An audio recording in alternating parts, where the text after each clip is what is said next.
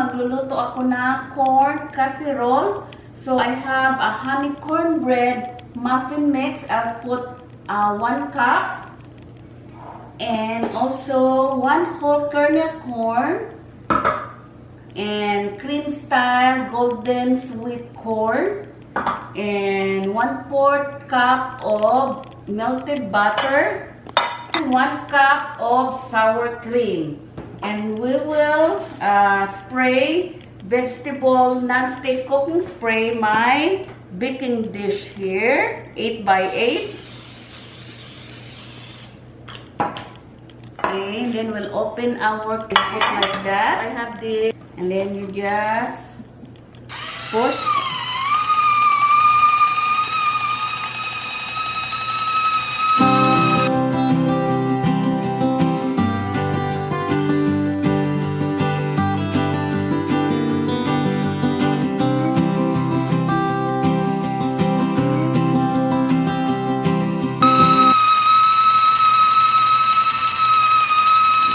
Okay, there, and then stop. There you go. Easy open can. And then we'll do the other one.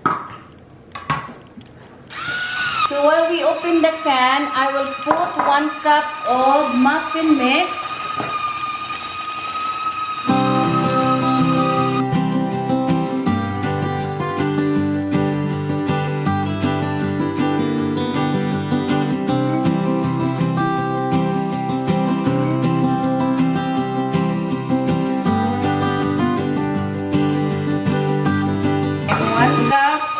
Sour cream.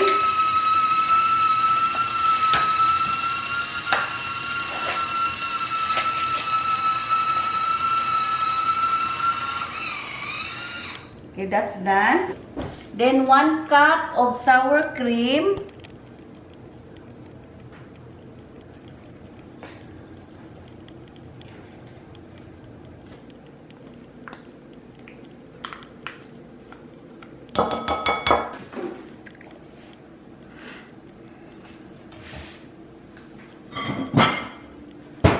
Drain the corn kernel. Then we'll just mix it together. Then the sweet corn.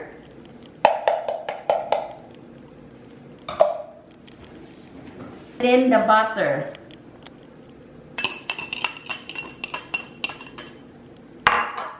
Then mix.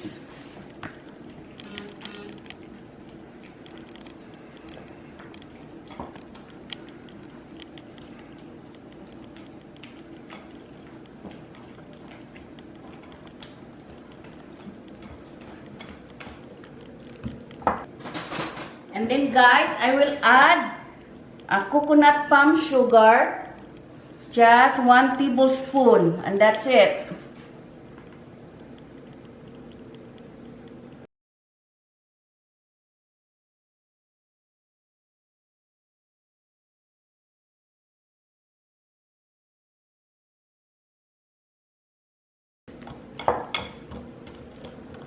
Okay. Preheat 350 degrees because we have to cook it for 50 minutes.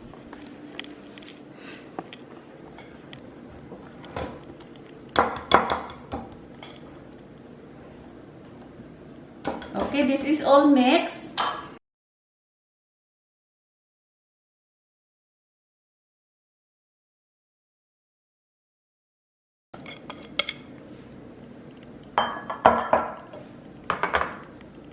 There you go. You can also cook this with cheese or not. No cheese, but I don't like cheese, so I just leave it like that. So this will cook for 50 minutes, 350 degrees. Corn casserole.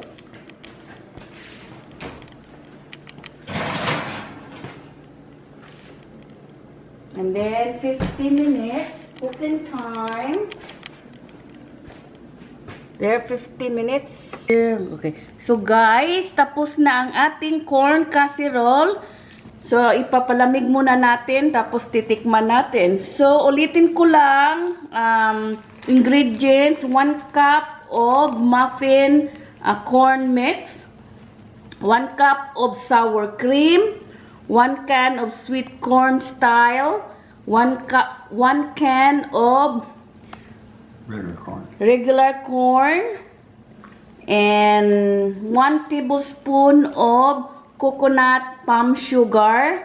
Then spray the baking dish with any vegetable oil spray, cooking spray. And that's it. Let's taste it later when it's cool.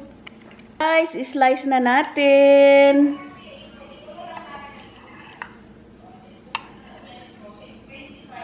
We'll try our corn casserole.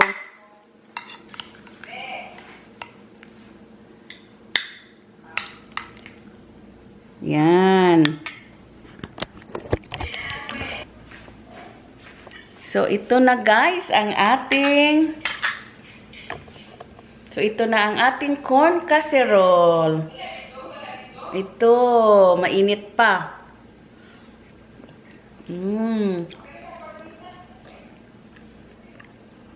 It's so good. Han, it's so good. Wanna try? Yeah. Oh, look at that.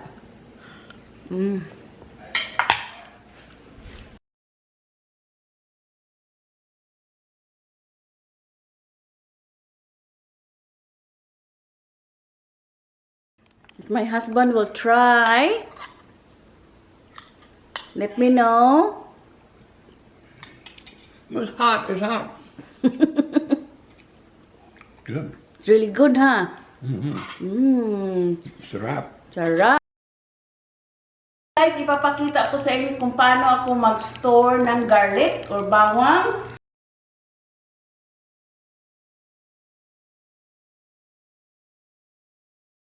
And meron akong fresh garlic oil na ilalagay natin sa... What we need to do first is to smash the garlic. So it's easy to remove the skin. So just put like that. So you need to have a chopper, a grinder, or a blender. That works. So tanggal...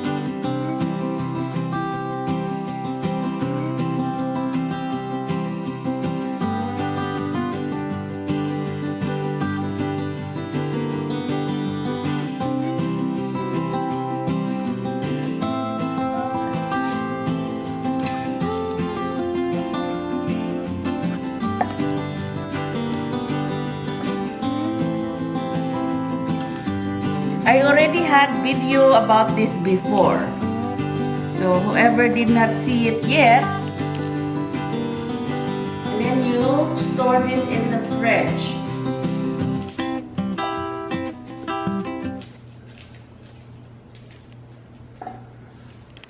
So I already removed all the skin. So we'll start grinding this. Put that one. So this is a Ninja grinder or a chopper. So like that. So just push this one. It's up to you how small or how big your garlic. So this one, that's good enough for me. So let's remove this. So ito guys, tatlong head of the garlic ang nagamit ko. Kasi ito, kasi ito apat to siya. Kaso lang ang dami na yata. So hindi ko siya tinapos. So mga tatlong head of garlic to siya. Ito, tatlong ganito. So ilagay natin dito sa container.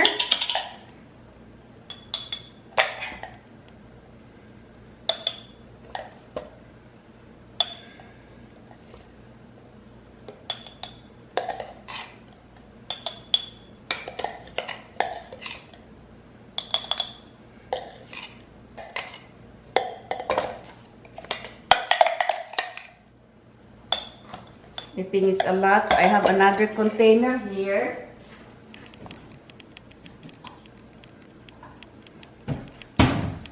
So I have another one, so we can put some of it. And then guys, what you need to do is you put some fresh garlic oil. Yan. Yan, tapos nagdagan pa natin. Yan. There you go. So, ilagay natin to sa ref, takpan. Yan, ready. Ready to use. You can use also olive oil or avocado oil, but I like the garlic oil because this is garlic. Okay guys, bye. Thank you for watching. Yeah. And I put it in the ref.